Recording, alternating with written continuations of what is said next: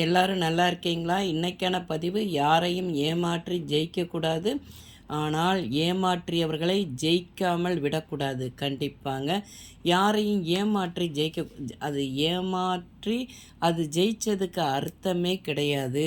அவன் உழைக்காம தன்னுடைய கையாலாகாத தனத்தால அடுத்தவனுடைய உழைக்கிறாங்க இல்லையா? இப்போ அவன் கஷ்டப்பட்டு உழைக்கிற அந்த பணத்தை பிடுங்கிறது, அடுத்தவனுடைய சொத்தை எப்படி ஏமாற்றி பறிக்கிறலான்னு சொல்லிட்டு நினைக்கிறது, இந்த மாதிரி அவங்கெல்லாம் ஒன்றுக்குமே ஆகாதவங்க, கையால் ஆகாதவங்க தான் இந்த மாதிரி அடுத்தவங்களுடைய இதை ஏமாற்றணும்னு நினப்பாங்க.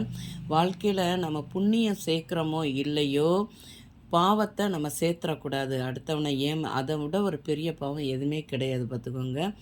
ஏமாற்றியவர்கள் முன்னாடி நம்ம ஜெயிக்கணுங்க. எப்படின்னா, ஒருத்தன் ஏமாந்துட்டோம் அப்படின்னா, நம்ம அவன் ஏமாற்றிட்டாங்கிறத விட நம்ம தான் ஏமாந்துட்டோன்னு அர்த்தம். என்னென்னா, நம்ம நம்பி போய் ஒருத்தன் நம்மளை ஏமாற்றிட்டான்னு வச்சுக்கோங்களேன். அவன் ஏமாற்றிட்டான், ஐயோ ஏமாந்துட்டேனேன்னு சொல்லி நம்ம புலம்பிக்கிட்டு அப்படியே அதையே யோசிச்சுக்கிட்டு அப்படியே நம்ம உட்காந்துருந்தோம்னு வைங்களேன், வாழ்க்கையில் அடுத்த கட்டத்துக்கு நம்ம போகவே முடியாது. அப்படி என்றைக்கும் உட்காரக்கூடாதுங்க. நம்மளை ஏமாற்றியவங்க முன்னாடி ஜெயிச்சு காட்டணும், வாழ்க்கையில் வெற்றி அடைஞ்சு காட்டணும்.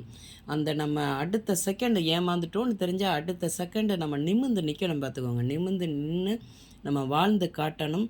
இந்த பதிவு உங்களுக்கு பிடிச்சிருந்தால் பார்வதி வீட்டு சமையலுக்கு ஆதரவு கொடுங்க. ஓம் சாய்ராம்.